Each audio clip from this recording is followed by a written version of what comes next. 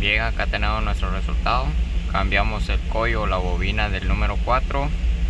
Si se dan cuenta, ya los 8 cilindros están a cero. Le aceleramos y todo está bien. Aquí marca 2, pero ahí está pasable, regresa a 0. Lo que nos indica ahora pues de que ya nos acabamos la gasolina, dijo. Y aquí está la bobina o el coil nuevo que se reemplazó